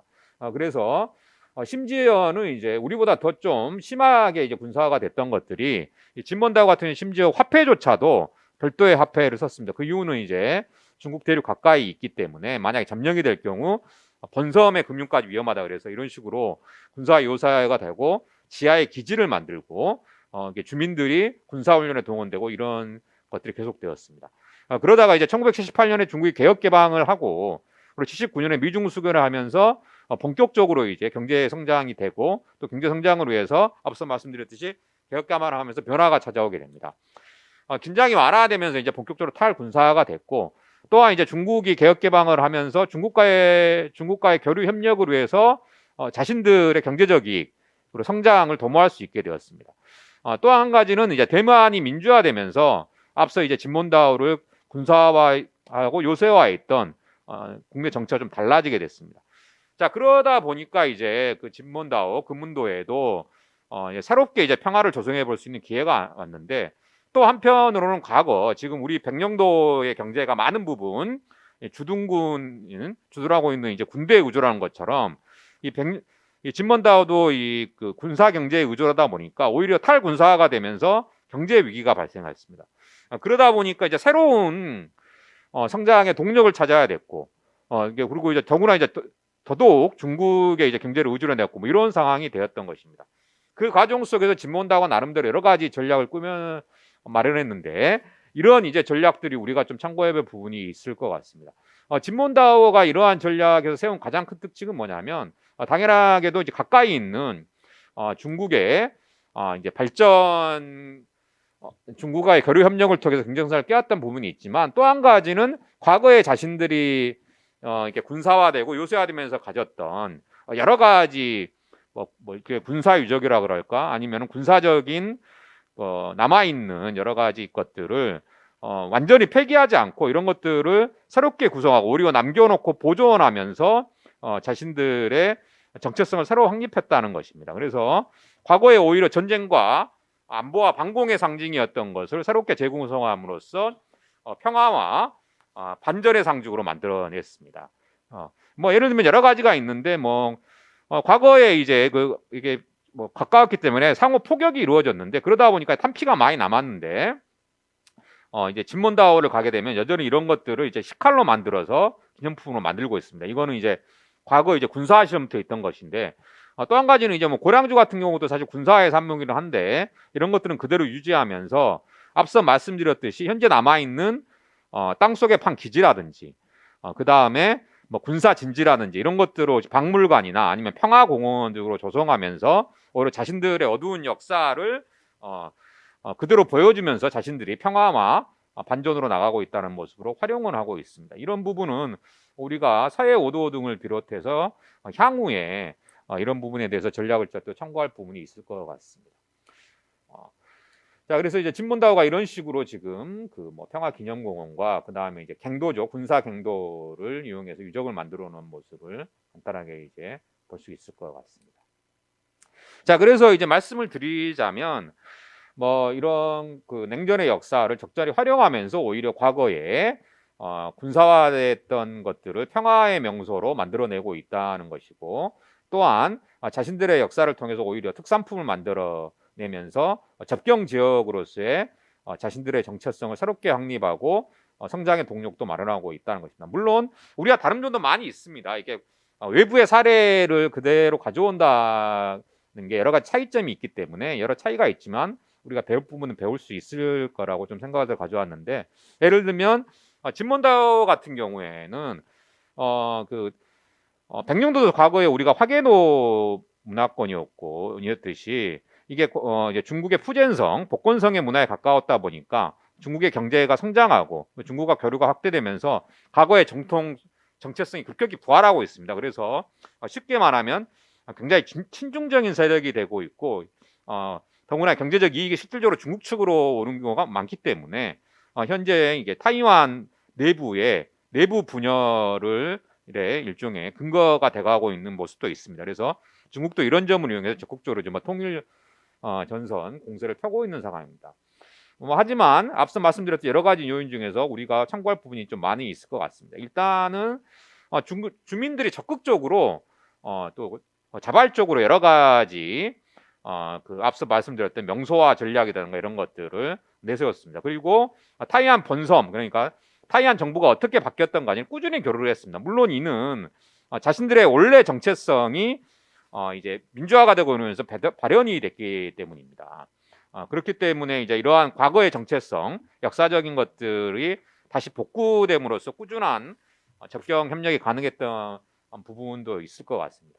그래서 앞서 제가 그 가설에서 말씀드렸듯이 아래로부터 비국가 단위의 다양한 주체의 상향식 교류가 이 중앙정부가 어떻게 바뀌든지 간에 지속적으로 협력을 할 수 있는 근거가 될 수 있다는 것입니다. 현재 이제 타이완 정부가 민주진보당으로 이제 중국과의 교류 협력이 미온적이고 타이완 독립을 내세우기 때문에 중국과 타이완 관계가 안 좋은데 이 상황 속에서도 진몬다오에서의 중국과의 교류는 계속되고 있고 심지어 이제 중국이 이런 면을 이용하고 있지만 오히려 중국이 여러 특혜를 제공하고 있는 상황입니다.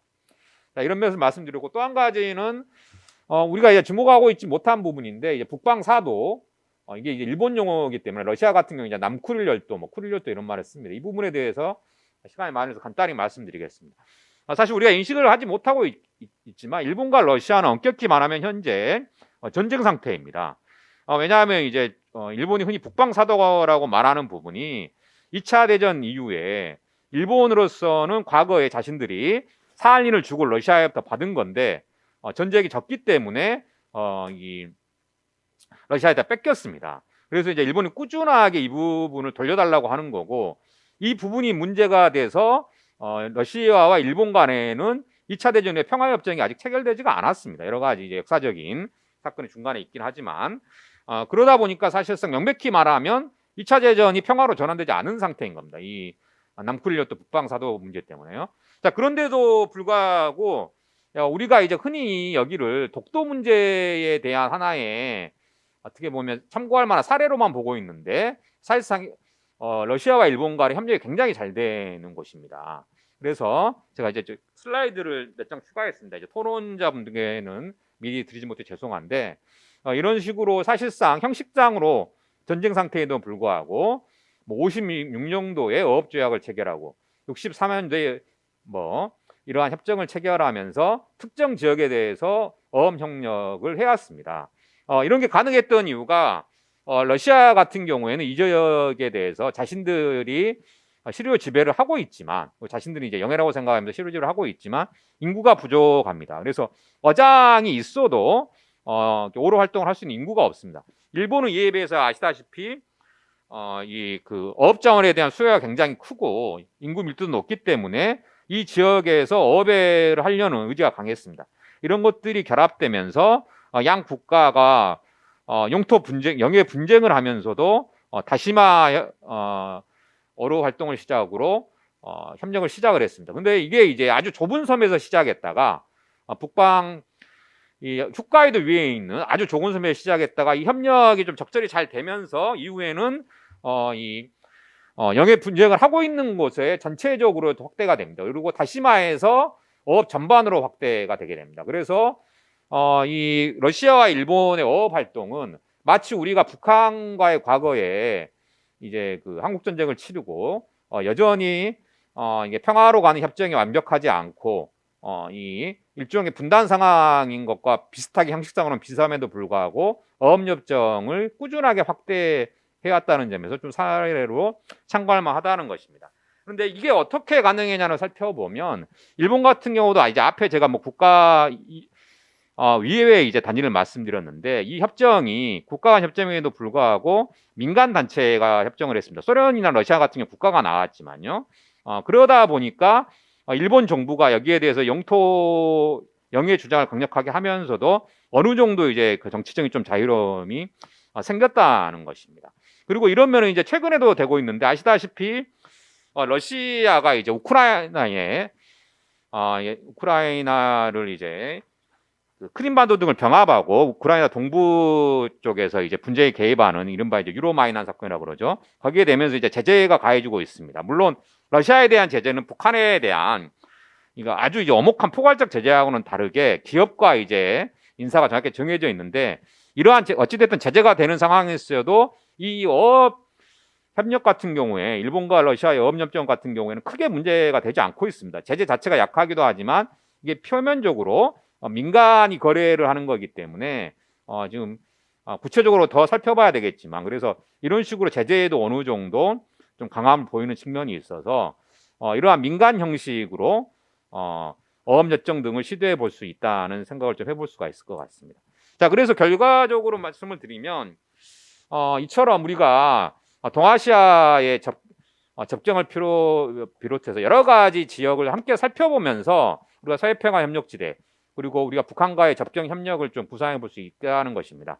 우리가 이제 이게 당연한 얘기처럼 보이게 되지만 방금 말씀드렸던 이 서해 쿠릴열도의 어업 협정 같은 경우 이제 한 가지 저희가 연구를 하면서 놀란 게 저희가 이 부분의 연구를 하면서 무조건 독도 문제가 들어갑니다. 국내 연구 같은 경우. 그래서 오히려 국내 연구가 수 자체도 적지만 특정한 시각에 좀 국한되어 있는 경우가 많은 것 같습니다. 이뿐만 아니라 이제 한국이 접경 연구를 할 때 기본적으로 이런 좀 태도나 관점을 좀 지니고 있는 것 같고요. 그래서 어떻게 보면 좀 더 유연한 자세로 우리가 외부의 사례를 접했을 때 서해평화협력지대를 비롯해서 남북관계 개선에 많은 시사점을 얻을 수 있을 거라는 말씀을 드리면서 발표를 마치겠습니다. 네, 수고하셨습니다. 교착된 평화 교류의 물꼬를 트기 위해서 해외 사례를 한번 참조해 볼 수 있다는 말씀을 해주셨고요.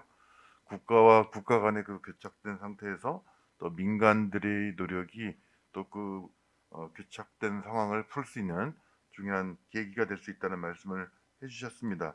그래서 국가 이외에 주체들이 같이 참여해서 협력을 하면 좀 더 그 평화의 물꼬를 좀 틀 수 있지 않을까라는 말씀을 해주셨습니다. 긴 시간 동안 발표해준 세 분 발표자님들께 감사드리고요. 시간이 많지 않습니다. 그래서 지금 토론자분이 세 분이 지금 계신데 그래서 이제 토론을 일단은 순서대로 일단은 하겠습니다. 그래서 가능하면 좀 짧고 한 점심 시간을 위해서 그렇게 준비해 주시면 아주 감사하겠습니다. 먼저 대진대학교의 김효은 교수님이 먼저 토론을 좀 부탁드리겠습니다. 안녕하십니까. 예, 대진대학교의 김효은입니다.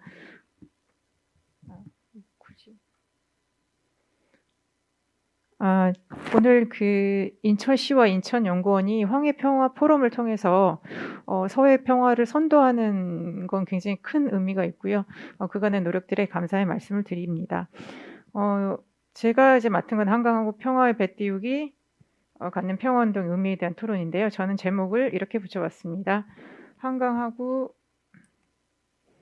평화의 배 띄우기 평화운동이 만든 남북 평화의 길이라는 제목으로 해봤습니다.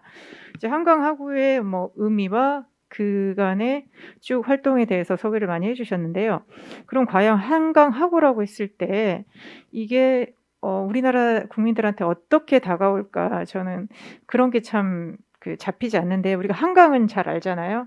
서울을 관통하는 최대 강, 그리고 한강 주변에 뭐 아파트 이런 게 있지만 한강 하구라고 했을 때 그 어떤 공간적 의미라 어떤 그 우리 남북 관계에 있어서 어떤 그 분쟁이나 평화의 공간이라는 그런 의미가 참 어떤 취약한 건 사실입니다.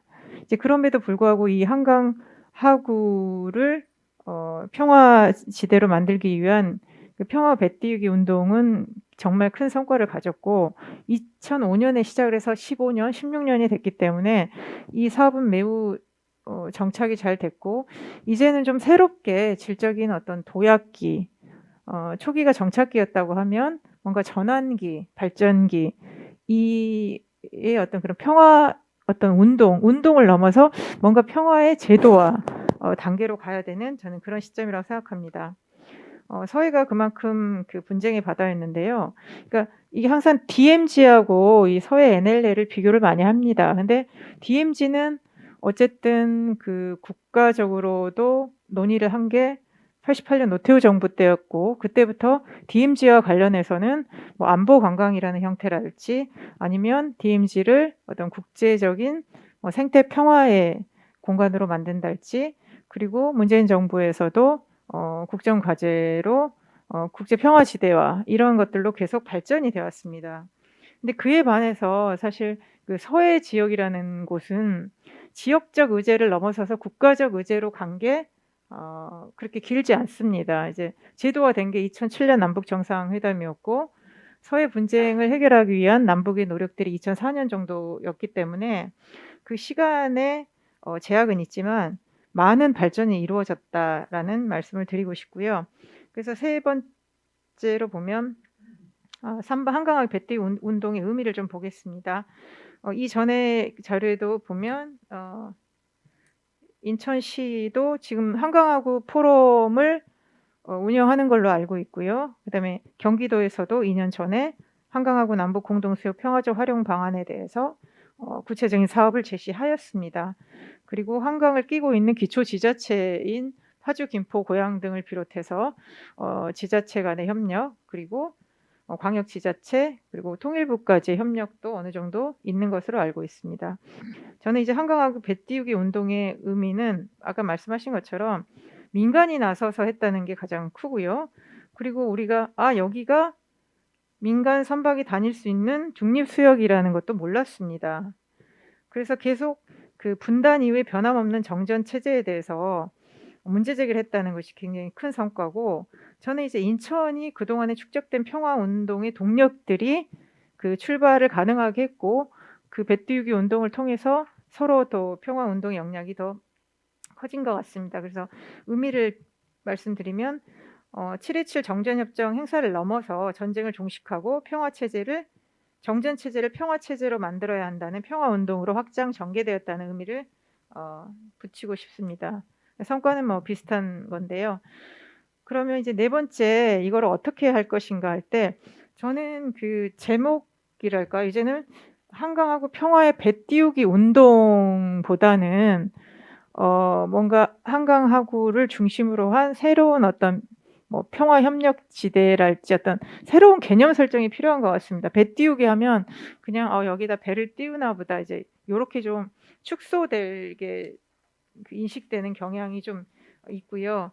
이거를 시작으로 해서 뭐 청소년이나 많은 시민 단체들의 교육 공간으로도 활용한 것도 좋고 그다음에 한강하구 협력 네트워크도 많이 지속이 됐습니다. 지속이 됐지만 이제 좀 초기 형태인 것 같기 때문에 저는 좀 인천시가 좀 더 적극적으로 나서서 이 의제를 중앙 의제화 할 수 있는 이런 게 많이 필요한 것 같습니다. 지금 어찌 됐든 중앙 정부에서도 서해평화협력특별지대나 한강하고 남북 공동 이용까지는 갔기 때문에 이 안에 실제 한강하구에서 우리가 어떤 그 평화 어떤 교육이랄지 그런 그 주민들의 생활 향상이랄지 이런 것들을 할 수 있는 구체적인 좀 정책을 좀 제시할 필요가 있는 것 같습니다.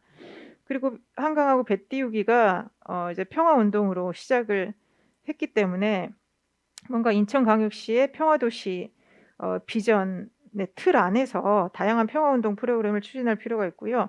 저는 좀 아쉬운 게 우리가 DMZ 하면 그 우리 국민들한테 어떤 소개하는 프로그램 있지 않습니까? 뭐 임진각을 간다거나 아니면 뭐 제3 그 땅굴이랄지 도로산이랄지 뭐 민통선이랄지 사람들이 쉽게 가서 접할 수 있는데 한강하구나 인천 쪽은 그런 게 좀 약합니다. 뭐 물론 김포에도 전망대도 있고 강화에도 전망대가 있지만 훨씬 더 국민들에게 다가갈 수 있는 현실적인 공간과 프로그램을 좀 해주셨으면 좋겠고요.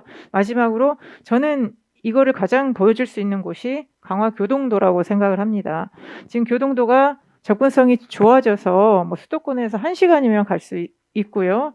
그리고 바다도 볼 수 있고 오히려 육지의 DMZ에서는 북한이 잘 안 보이지만 여기는 훨씬 가깝게 다가갈 수 있기 때문에 지금 강화 교동이 뭐 많이 여러 가지 그 뭐 평화의 섬 교동에서 많은 프로그램들이 있는데 이게 뭐 강화군이나 이렇게 관이 주도해서 뭐 물론 해바라기를 보는 것도 좋습니다만 그리고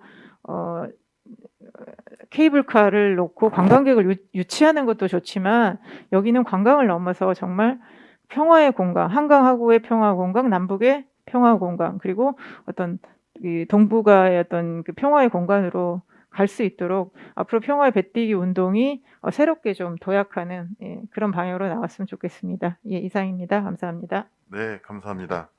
자, 일단 민간 주도라는 게 일단은 굉장히 의의가 있다고 말씀해 주셨고요. 좀 더 이거를 확장하고 활성화시키기 위해서는 인천시가 주도를 좀 해서 중앙 의제화가 좀 필요한 거 아니냐는 말씀을 해주셨습니다. 자, 시간 관계상 계속해서 토론을 먼저 다 하고요. 자, 계속해서 인천광역시 접경지대 평화정책에 대한 검토와 추진 방향을 한번 주제를 가지고 그 주제에 대해서 공기태 인천대학교 상임연구위원님께서 발제한 내용들이 뭐 제도 정비 그리고 남북 해양수산 협력을 위한 기반 조성 그리고 안보 규제 완화라고 하는 부분들을 제시를 해주셨는데 이 부분들이 사실은 인천광역시 접경 지역을 비롯한 평화도시 조성 기본 계획안에 포함된 부분도 있고 그리고 포함돼야 될 내용도 있습니다. 그래서 이 부분들을 좀 중력되는 것들은 좀 빼고 간단하게 말씀을 드리도록 하겠습니다. 이 토론문에 의존하지 않고요. 일단은 지방 정부가 평화 정책을 추진하는 데 성공 여부는 지속 가능성이 있다라고 하는 것들을 상위에 두고 이제 세 가지를 말씀드리고 싶은데 일단 저희 인천 지역 같은 경우는 지역 특성과 경험에 기반한 남북교류 협력을 추진해야 된다고 생각합니다. 인천 지역 핵심 사업으로 설정한 접경 수역의 분쟁 해소를 위한 어족장 공동조사, 공동 어로 구역 설정을 위한 남북 공동 어로 뭐 이런 것들은 대부분 인천의 지역적 특성을 살린 사업뿐만 아니라 남북 정상회담 시 합의한 상황입니다. 그래서 이런 부분들을 기본적으로 하고 더불어 지자체 차원에서 지금 뭐 선도적으로 진행할 수 있는 필수 의약품을 비롯한 말라리아 구제역, 상품 병충해 방제 등 유엔의 대북 제재 위반되지 않으면서 교류 협력을 추진할 수 있는 이런 사업들을 발굴해서 선제적으로 좀 제안할 필요가 있다고 생각하고요. 두 번째는 남북 정상회담에서 합의한 사항을 우선적으로 추진해야 되는데요. 인천시가 핵심 사업으로 설정한 서해오도 남북 공동어로 구역 설정을 위한 기반 조성 같은 경우는 서해오도 주민의 생존권과 재산권이 걸린 문제로 우선 서해오도의 조업권의 확대와 이동권을 보장할 수 있는 인천시 차원의 제도 개선이 필요한 부분이라고 생각합니다. 끝으로 세 번째로는 지속성과 안전성을 보장하기 위한 제도 정비인데요. 박원일 국장님께서 발표에서 말씀하셨듯이 인천시가 뭐 서울시, 경기도, 강원도 등과 더불어서 남북교류 협력 담당관을 뭐 승격한 점 이런 부분들을 긍정적이라고 평가할 수 있지만은 여전히 경기도나 강원도에 비교했을 때 양질적으로 턱없이 부족한 수준입니다. 따라서 향후 서해평화협력 특별지대를 뭐 예비한 전력 수립 그리고 추진을 위해서는 조직의 확대 개편이 시급한 과제라고 할 수 있을 것 같습니다. 조금 더 뭔지 뭐 조례에 대한 내용들 여러 가지가 있는데 아까 정세일 대표님께서 말씀하셨던 한강 하구나 서해 5도에 관련된 평화적 이용과 정책을 위한 조례 제정 이런 부분도 인천광역시가 추진해야 될 부분이라고 생각합니다. 예, 이상 마치도록 하겠습니다. 짧게 해주셔서 너무 감사드립니다. 자, 일단은 좋은 말씀을 많이 해주신데 제도 개선, 조직 개편 등등의 말씀도 해주셨지만 일전 합의 사항에 관련된 어족장 조사라든가 공동어로 뭐 의약품과 관련된 사항들을 먼저 이양하면 좋겠다 이런 말씀을 해주셨습니다. 자, 오랫동안 기다리신 마지막 토론을 부탁드리려고 하는데요. 지금 김국래 연구원님께서 마지막 토론을 한번 해주시면 감사하겠습니다. 예, 안녕하십니까, 김국래입니다. 저도 시간상 할 말은 굉장히 많지만 짧게 토론을 하겠습니다. 먼저 발제문에 대한 토론을 중심으로 말씀을 드리겠습니다. 그 발제문에 첨부된 지도에 대한 문제를 좀 제가 가지고 있는 문제 의식을 좀 말씀을 드리겠는데요. 그 자료집 200페이지, 그 다음에 PPT 3쪽에 보면은 이제 두 가지의 지도가 첨부되어 있습니다. 그 첫 번째 지도는 그 서해 평화협력 특별지대 조성 계획이라는 제목으로 되어 있는 지도인데요. 이 아래 지도, 위에 지도 보면 둘 다 서해 NLL 그리고 한강 하구를 가로지르는 경계선, 이 경계선이 이제 육지의 군사 분계선으로 이렇게 이어지는 이런 지도로 되어 있는데,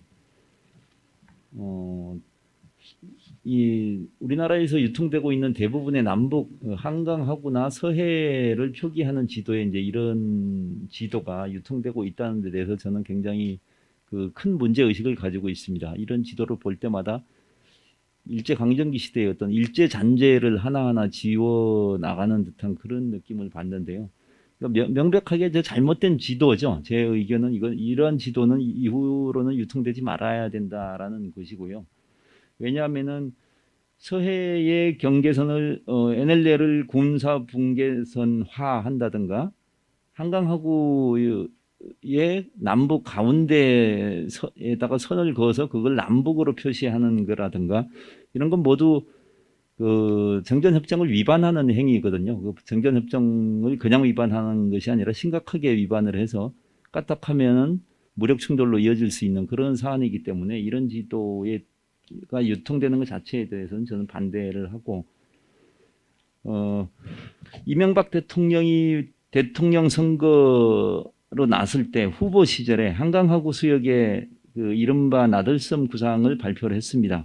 한강하구 수역 안에 남북 사이에 경계선을 그어서 그 경계선의 남쪽에다가 인공섬을 만들어서 여의도의 10배 가까운 크기의 인공섬을 만들어서 경제자유구역으로 그 설정하겠다 이런 구상을 발표를 했었는데, 정치권이 한강하구에 대해서 얼마나 무지하고 그런 편협된 시각을 천박한 의식을 가지고 있는지를 드러내는 그런 단적인 예가 아닌가. 대통령 후보라고 나온 사람이 그런 식의 그 공약을 발표한다는 것 자체가 그 정치권 전체에 대한 그런 좀 문제가 있다라고는 그런 말씀을 드리고요.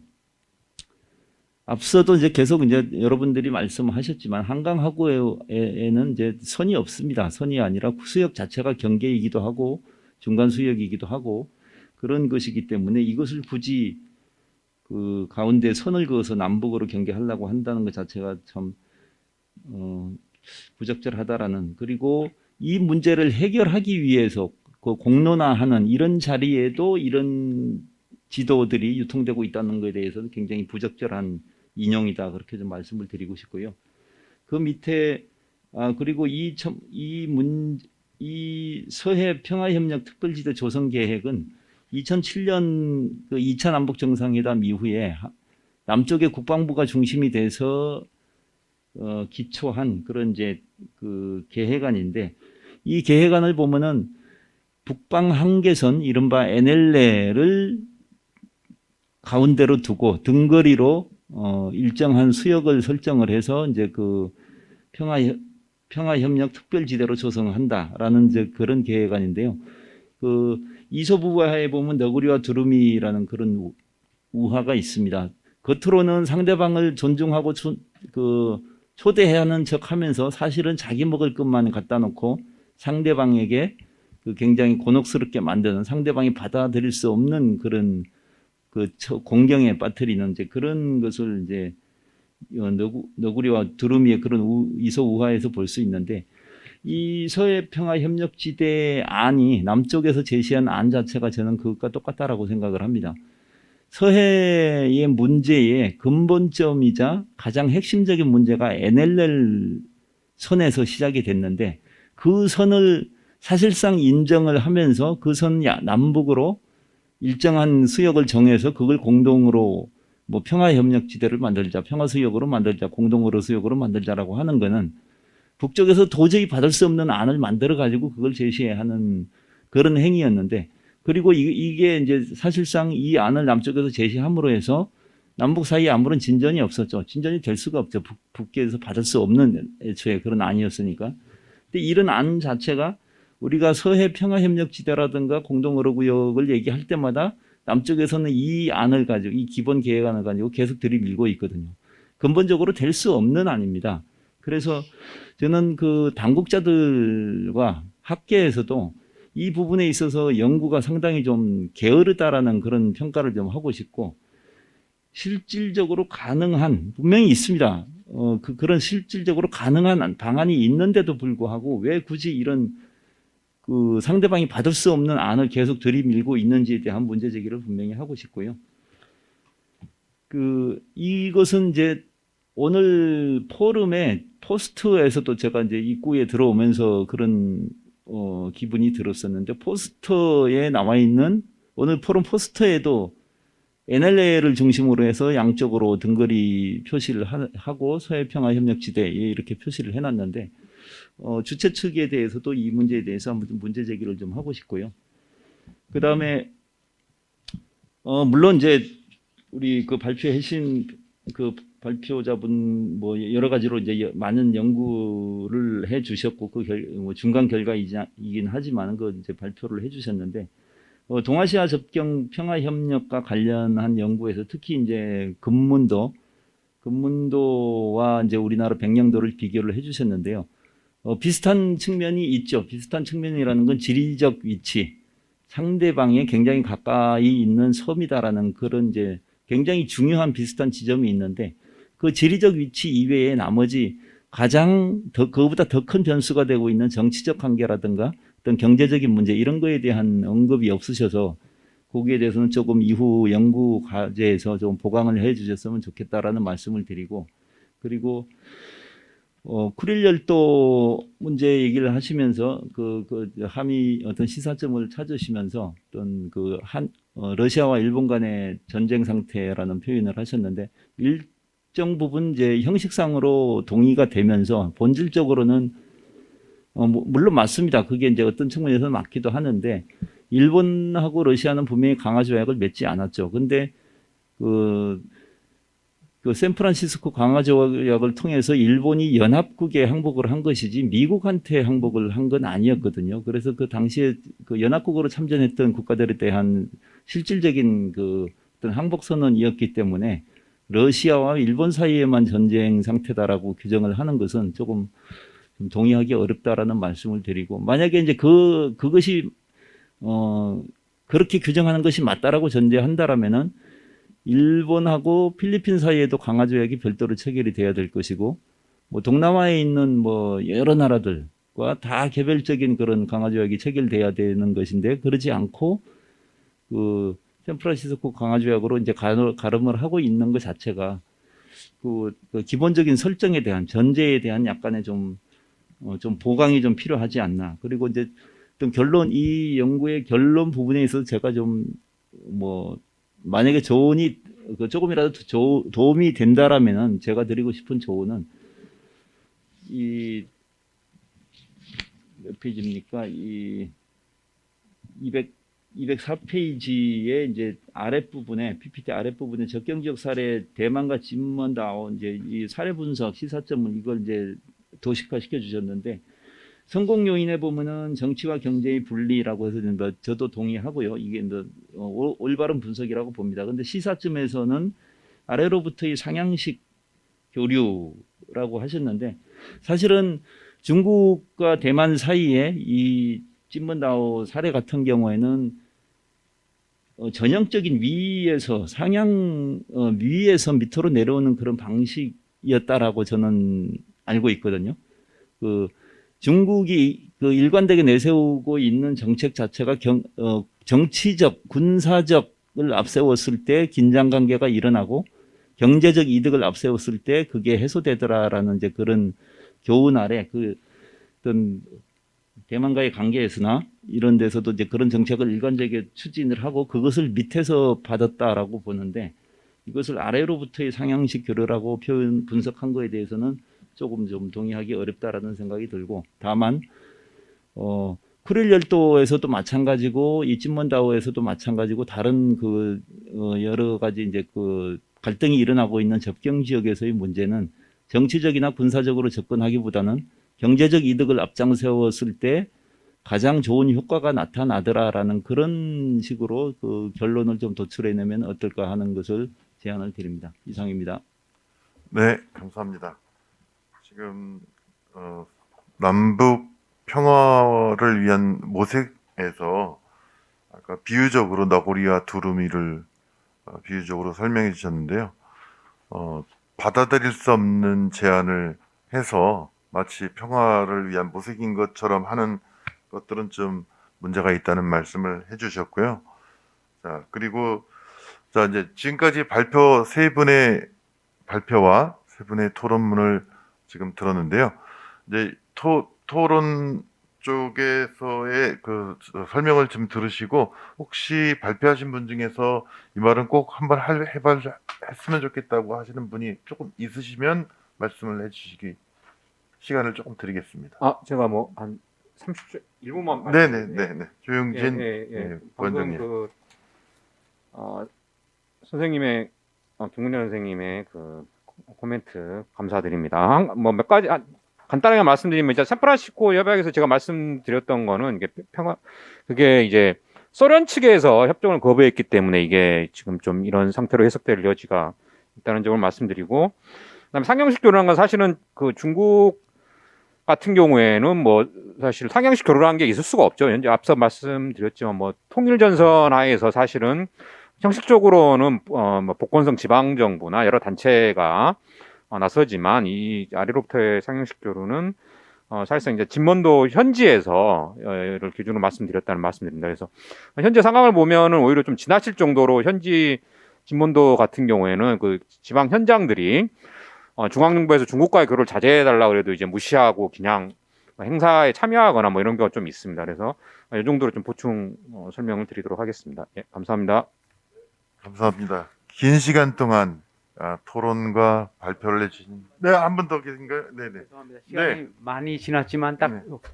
그 말씀 좀 드리고 싶어서 아까 제 토론은 아니었습니다만 김국래 연구원께서 말씀하신 지도에 관한 부분은 우리가 좀 더 심각하게 생각할 필요가 있다. 저도 이제 지도를 오늘 발표하면서 여러 장 보여드렸는데 대부분 선이 그어져 있어요. 그래서 그것들이 잘못됐다는 사실을 지속적으로 얘기를 해서 안강하고 그리고 또 평화에 관한 이야기뿐만 아니라 휴전협정문 전체에 정전협정문 전체에 대한 문제를 가져가는 게 굉장히 중요하다는 생각이 하나 들고요. 두 번째는 제가 이제 한강하구에 관한 얘기를 드린 이유들 중 하나는 한강하구는 특별하다는 거예요. 그래서 사실은 이 부분은 한강하구 입구가 인천 행정구역입니다. 사실 서해 오다와 한강하구를 같이 묶는 건 저는 사실은 개인적으로 좀 반대하는 편입니다. 왜냐하면 어쨌건 간에 NLL 문제 때문에 서해 오도 특별법도 있고 여러 가지 법들이 존재해요. 근데 한강은 사실 잊혀져 있는 거거든요. 그래서 그것은 분리할 필요가 있고, 특별히 한강하고를 들어가는 입구는 인천시가 가지고 있는 행정구역 내에 있어요. 그래서 인천시가 이니셔티브를 쥐고 이 문제를 얘기해야 되고, 동시에 한강하구를 끼고 있는 거는 인천만은 아니에요. 서해 NLL 지역에 있는 그 서해 5도는 인천 행정구역 내에 있습니다. 따라서 그거는 인천시가 중앙정부랑 해야 될 일이긴 하지만 한강하고는 좀 다른 거다. 입구는 인천시가 가지고 있다면 인천시가 분명히 이니셔티브를 가져야 된다라는 생각을 가지고 있지만, 동시에 한강하고를 접해 있는 여러 지자체가 있기 때문에 서해 5도랑 좀 분리해서 이걸 특별하게, 그리고 실질적으로 활용이 가능하고 즉시적으로 가능하고 9.19 군사합의가 이루어졌고 비준을 받은 상태이기 때문에 국내법으로도 가능하기 때문에 인천에서 조례를 별도로 제정해서라도 이거는 좀 해나가야 된다는 주장을 다시 한번 해보고 싶고, 특별히 이 말씀을 드린 이유는 인천에 여기 계신 모든 토론자라든지 그런 분들이 인천에 대해서 애정도 가지고 많이 연구를 하셨기 때문에 이 부분을 다시 한번 강조하고 싶어서 발언을 신청을 했습니다. 이상입니다. 네, 감사합니다. 자, 좋은 말씀 많이 해주신 6분께 감사드리고요. 오늘 그 서해오도 및 한강하구 쟁점 현안에 대한 논의를 여기서 마치도록 하겠습니다. 감사합니다. 수고하셨습니다.